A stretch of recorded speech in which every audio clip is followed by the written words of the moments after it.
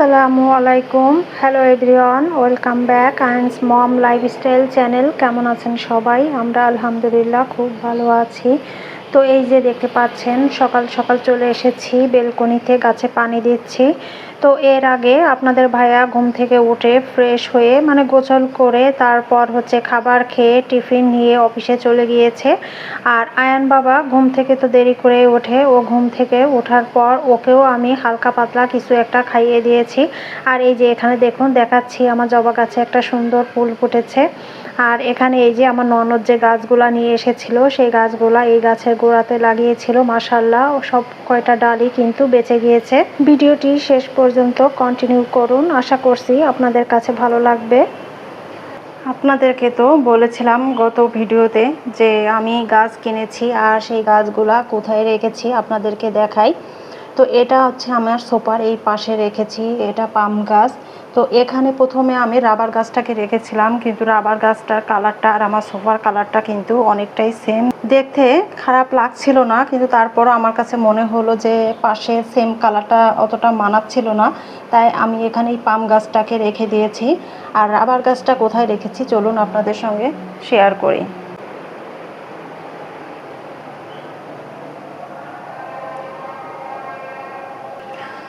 তো এই যে রাবার গাছটাকে আমি এই যে রুমের এই কর্নারে রেখেছি। এখানে আমার আগে আরেকটি গাছ ছিল, রুমের এই কর্নারে আগে একটা ব্যাম্বু গাছ ছিল। যারা আমার ভিডিও আগে থেকে দেখেন তারা অবশ্যই জানেন বা দেখেছেন।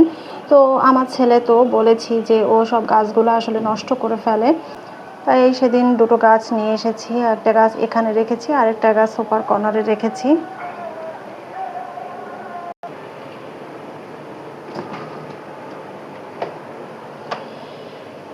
এখন আমি যেটা করব, এই যে আপনাদের ভাইয়া হচ্ছে কচুরলতি এনেছিল, এই কচুরলতিগুলো বসে বসে বেছে নেব, কারণ রাতে যখন আমি রান্না করি ওই সময় আসলে এগুলা করার মতো সময় থাকে না।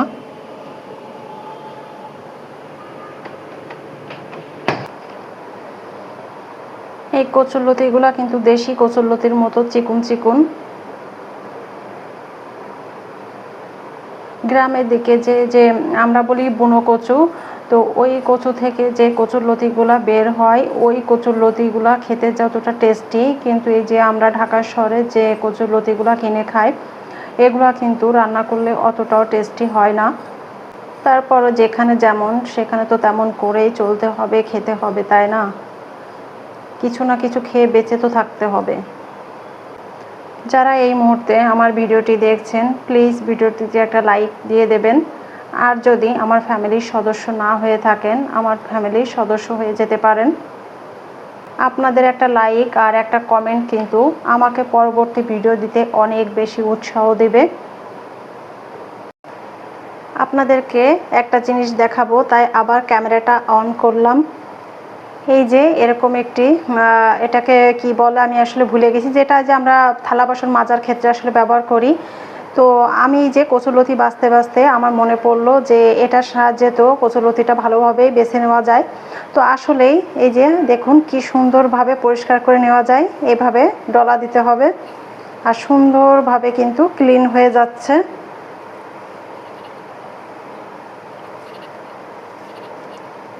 এই যে ময়লাগুলা এখানে এসে আটকে যাচ্ছে, তারপরে এভাবে ফেলে দিলেই হয়ে যাচ্ছে, সুন্দরভাবে কিন্তু ক্লিন হয়ে যাচ্ছে আর আমার করতেও কিন্তু সুবিধা হচ্ছে। হয়ে গেল। এই যে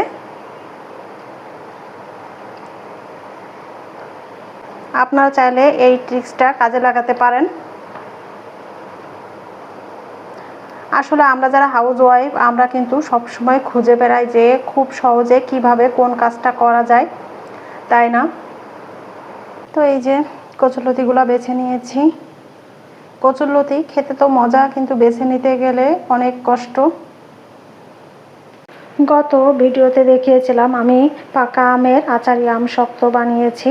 তো এই যে আম শক্তগুলোকে আমি সারা রাত ফ্যানের বাতাসে রেখে দিয়েছিলাম। আর এখন বাজে, এটা ছিল পরের দিন দুপুর 2টা। এখন হচ্ছে আমার বেলকনিতে রোদ এসেছে। তো এই দুইটাকে এখন আমি বেলকনিতে নিয়ে যাব রোদে দেওয়ার জন্য। আর আমাদের এখানে বেলকনিতে ছাড়া আর কোনো উপায় নেই। রোদটা আসলে ওরকম করে আসে না।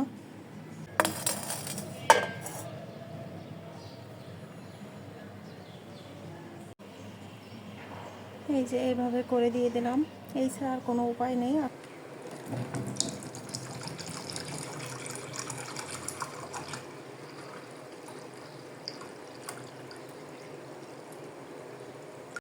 সন্ধ্যার সময় আয়ান বাবা সমানে ঘুম পড়তেছে। তো ওর ঘুম পড়া দেখে আমার না মনে হলো ওকে একটু ভিডিও করি, তাই করেছিলাম। আর এখানে আমি হচ্ছে রং চা করে নিয়েছি আর নিয়েছি বিস্কিট। আজকে আমি চিতই পিঠা বানাবো। আর এটা হচ্ছে কেনা যে চাউলের গুঁড়া হয় সেই প্যাকেটের চাউলের গুঁড়া। তো এখানে আমি যে মেজারমেন্ট কাপের 2 কাপ চাউলের গুঁড়া নিয়ে নেব, ঠিক এরকম করে মেপে নেব।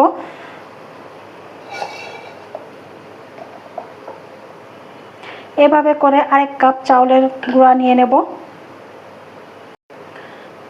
এই যে আরেক কাপ দিয়ে দিলাম। সামান্য পরিমাণে বেকিং পাউডার দিয়ে দেব। এটা 1 চামচের 3 ভাগের 1 ভাগ দিয়ে দিলাম। এখানে আমি কুসুম গরম পানি করে রেখেছি। আমি যে কাপে 2 কাপ গুঁড়া নিয়েছি ঠিক 2 কাপ পানি আমি এখানে গরম করেছি। এখন অল্প অল্প করে পানি দিব আর হাত দিয়ে সুন্দর করে মেখে নেব।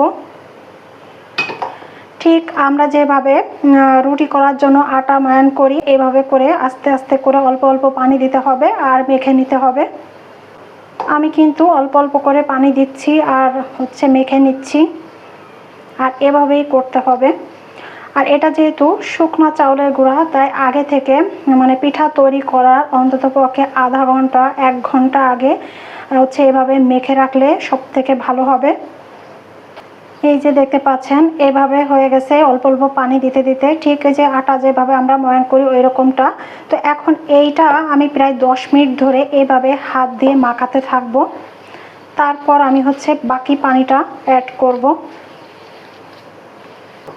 আমার এই যে মাখিয়ে নেওয়া শেষ, খুব সফট হয়ে গেছে কিন্তু এখন।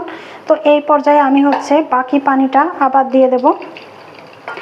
আর এখানে আমি কিন্তু এখনও লবণটা অ্যাড করিনি, আমি এখন লবণ দিব না।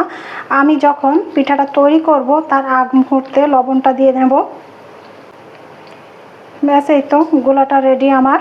এখন হচ্ছে ঢাকা দিয়ে রেখে দেব।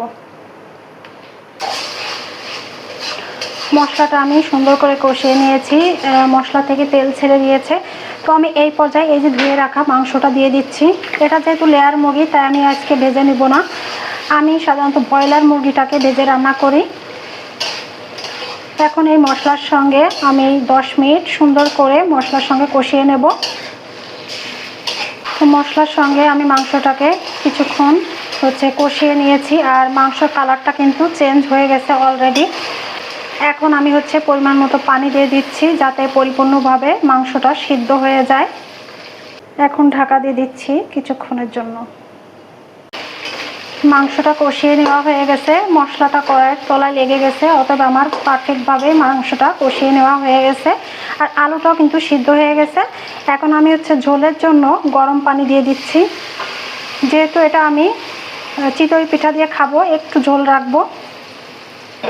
এখন আমি এই যে হচ্ছে চুই ঝাল বলে, চুই ঝালটা দিয়ে দিচ্ছি। চুই ঝালটা অল্প জালেই কিন্তু নরম হয়ে যায়, যার কারণে আমি এখন দিয়ে দিলাম। এখন হচ্ছে আমি এই যে গরম মশলা পাউডার করে নিয়েছি, এটা হচ্ছে মাংসই দিয়ে দেব।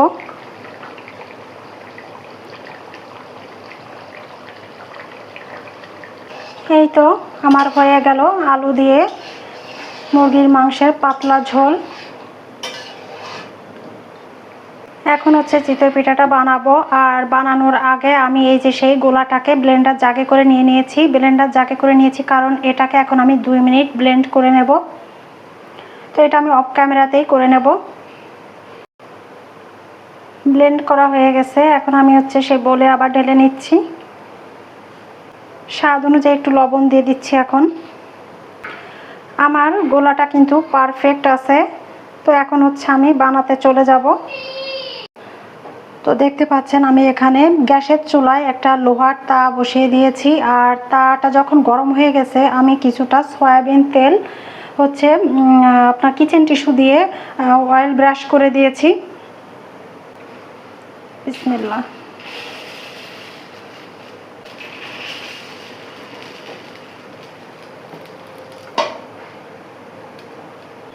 তো এখন চলুন দেখি পারফেক্টভাবে পিঠাটা হলো কিনা। মাশাল্লাহ মাশাল্লাহ, প্রথম ছাঁচই আমার কিন্তু পারফেক্টভাবে হয়েছে, দেখতে পাচ্ছেন সুন্দর ফুলেছে। তো এখন আমি হচ্ছে তুলে নেব এই ছুরিটার সাহায্যে। সুন্দর হয়েছে পিঠাগুলো কিন্তু। এবার আমি আবার দিয়ে দিচ্ছি।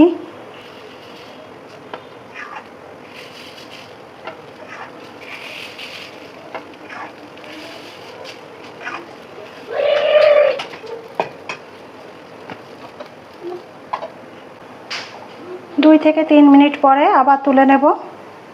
চলুন এখন দেখা যাক দ্বিতীয় ছাঁচটা কেমন হলো। মাশাল্লাহ মাশাল্লাহ, অনেক সুন্দর হয়েছে মাশাল্লাহ। চিতই পিঠাটা যদি ভালো হয় তাহলে কিন্তু অনেক ভালো লাগে নিজের কাছে, কারণ সবাই কিন্তু চিতই পিঠা বানাতে পারে না। তারপরে গ্যাসের চুলায় লোহার ছাঁচে সবাই কিন্তু পারফেক্ট চিতই পিঠা করতে পারে না। তো সেখানে আমি জীবনে প্রথম যেদিন আমি ট্রাই করেছি, আলহামদুলিল্লাহ আমি সাকসেস হয়েছিলাম। আর আমি যে এত সুন্দর করে চিতই পিঠা বানাতে পারি সেটা দেখে আমার ফ্যামিলির সবাই কিন্তু অবাক হয়ে গেছেন, বিশেষ করে আমার মা।